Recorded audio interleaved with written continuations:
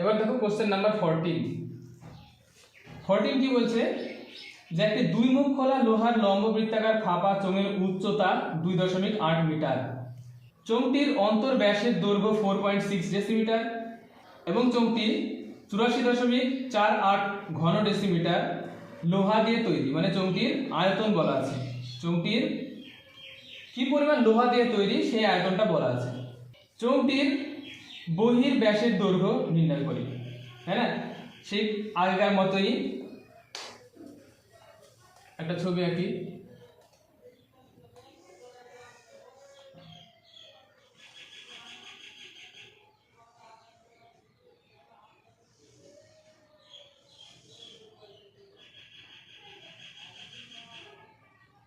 এরকম একটা চোঙ আছে, ঠিক আছে। এবার এখানে চোঙটির যে পরিমাণ লোহা দিয়ে তৈরি সেই আয়তনটা বলা আছে। মানে শুধু এই যে টোটাল আয়তনটা, তার ভিতর থেকে ফাঁপা অংশের আয়তনটা বিয়োগ করে দেবো আমরা, হ্যাঁ। টোটাল যে অংশটা আছে সেই নিরেট তো নয়, এটা ভেতরে তো ফাঁপা আছে। নিরেট চোঙটার যে আয়তন হবে সেই আয়তন থেকে ভেতরের ফাঁপা যে একটা চোঙ আছে, আমরা ভাবছি ধরো একটা ফাঁপা চোঙ আছে, ভেতরে যে ফাঁপা অংশটা আছে সেই অংশটা আমরা বাদ দেবো। তাহলে আমরা কি পাবো? শুধু লোহার অংশ আয়তনটা পেয়ে যাব, শুধু যে লোহা দিয়ে তৈরি এই চোঙটি সেই চোঙের আয়তনটা পেয়ে যাব। টোটাল যে চোঙটা আছে এই চোঙটা নিরেট ভেবে আমি টোটালটার আয়তনটা নির্ণয় করলাম সাপোজ। এবার কি করব? ভেতরে যে ফাঁপা অংশটা আছে সেটাও তো একটা লম্ববৃত্তাকার চোঙের আকৃতি, সেই ফাঁপা অংশের আয়তনটা যে আয়তনটা নির্ণয় করলাম সেই আয়তন থেকে বিয়োগ করে দেবো আমরা। তাহলে কি পাবো? শুধু যে লোহা দিয়ে তৈরি চোঙটি সেই আয়তনটা আমরা পেয়ে যাব। সেই আয়তনটা বলা আছে কত? 84.48 ঘন ডেসিমিটার। আর টোটাল অংশের আয়তনটা কিভাবে পাবো? আমরা বহির ব্যাসার্ধের মাধ্যমে পাবো, এবং ভেতরের অংশ আয়তনটা কিভাবে পাবো? আমরা অন্তর ব্যাসার্ধের মধ্যে পাবো। কিন্তু এখানে বহির ব্যাসার্ধের মানটা বলা নেই, বহির ব্যাসার্ধের মানটাই জানতে চেয়েছে। তাহলে আমরা ধরবো যে বহির ব্যাসার্ধের মান, তাহলে ধরি বহির ব্যাসার্ধ আর ডেসিমিটার, ঠিক আছে। বহির ব্যাসার্ধের মান আমরা ধরলাম কত? আর ডেসিমিটার। এইবারে চোঙের উচ্চতা বলা আছে, তাহলে চোঙের উচ্চতাটা আমরা বের করি। প্রদত্ত মানে দেওয়া আছে উচ্চতা, উচ্চতা কত? উচ্চতা দেওয়া আছে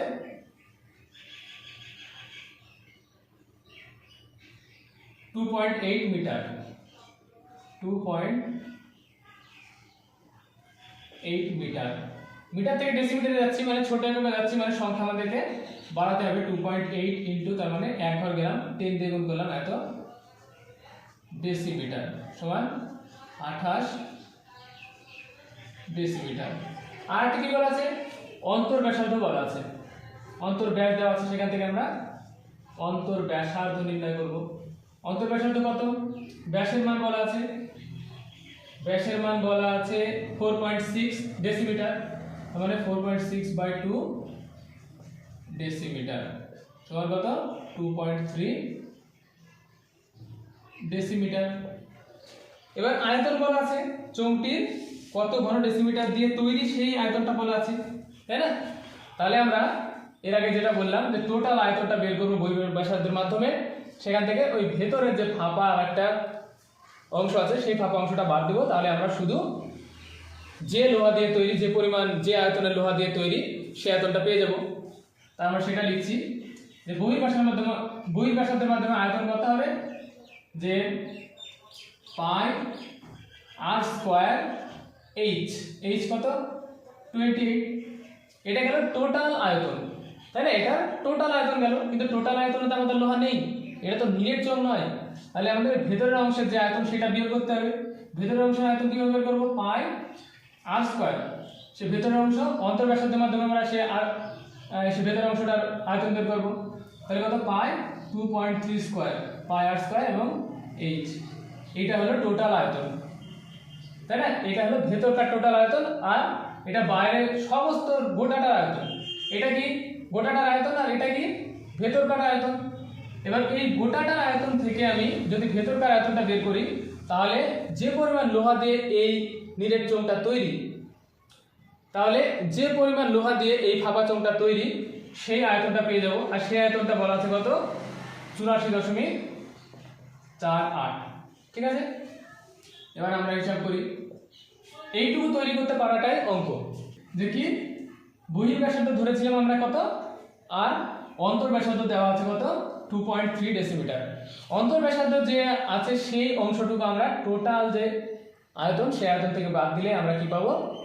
শুধু লোহার আয়তন পাবো, যে লোহা দিয়ে তৈরি ওই চোঙটি, সেটাই আমরা তৈরি করলাম। এটা কি বহির্ব্যাসার্ধের মাধ্যমে টোটালটার আয়তন, কিন্তু টোটালটা এটা তো নিরেট চোঙ নয় যে টোটাল এটা করলে আমাদের হয়ে গেল।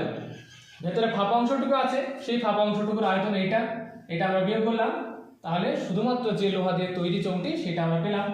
এবার এখান থেকে বিয়োগ করব, হিসাব করব, তাহলে কি পাবো আমরা?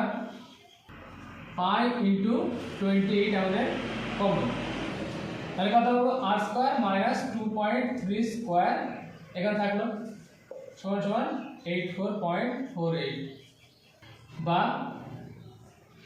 r² - 2.3 square. 2.3 স্কয়ার মানে কত? 2.3 স্কয়ার মানে 5.29 সমান সমান 84.48 বাই, এই পায়ের নিচে যাবে, পায়ের মান বসিয়ে দিচ্ছি নিচে, তাহলে 22/7। এই 28 নিচে যাবে, তাহলে 28 এর নিচে গেল। ঠিক আছে, এবার এই 7 দিয়ে 28কে কাটলাম, তাহলে 4 হলো, 4 × 7 = 28। এবার 4 দিয়ে এইটাকে কাটছি, তাহলে কত পাবো? 4 × 2 = 8, 4 × 1 = 4, 4 × 1 = 4, 4 × 2 = 8, 28 এখানে পাবো। এবার কি করব? সমান সমান 21.12/22, তাহলে এই দশমিক তুললে নিচে আমরা কত পাবো? 100 পাবো। 22 দিয়ে এটাকে কাটবো আমরা 11, 11 দিয়ে এটা কাটছি, তাহলে এটা 2, আর 11 দিয়ে এটাকে কাটলে কত পাবো? 11 × 1 = 11, 9 × 11 = 99, 11 × 2 = 22। ঠিক আছে, এটা 2 দিয়ে কাটলে এটা কত পাবো? 96। ঠিক আছে, বা r² সমান কত পাবো? এদিকে এটা 96/100, আর এটা প্লাস 5.29। ঠিক আছে, বা r² সমান সমান কত পাবো? 0.96, 100 দিয়ে ভাগ করা মানে 0.2 ঘরে দিকে আসলো 5.29, বা r² সমান সমান এর যোগ করলে কত হবে? 6.25। ঠিক আছে, বা r² সমান সমান 6.25 মানে 2.5 এর স্কয়ার, বা r সমান সমান 2.5। ঠিক আছে, r সমান সমান 2.5। কিন্তু এখানে জানতে চেয়েছিল কি, যে বহির ব্যাসের মান কত, তাই তো? তাহলে বহির ব্যাসের মান আরেক দ্বিগুণ হবে, অতএব নির্ণেয় বহির ব্যাস, যেটা বহির ব্যাস সমান 2.5 × 2 ডেসিমিটার সমান সমান 5 ডেসিমিটার। বুঝা গেল? তো এই ছিল আজকের ক্লাস। আজকে হলো কত? 13 এবং 14। এর পরবর্তী ক্লাসে বাকি অঙ্কগুলো করা হবে। আশা করি অঙ্ক দুটি ভালো বুঝতে পেরেছো। বুঝতে না পারলে কমেন্ট করবে, আর ভিডিওটা ভালো লাগলে অবশ্যই একটা লাইক করবে তোমরা, আর চ্যানেলে নতুন হলে অবশ্যই সাবস্ক্রাইব করবে। ভিডিওটি দেখার জন্য অসংখ্য ধন্যবাদ।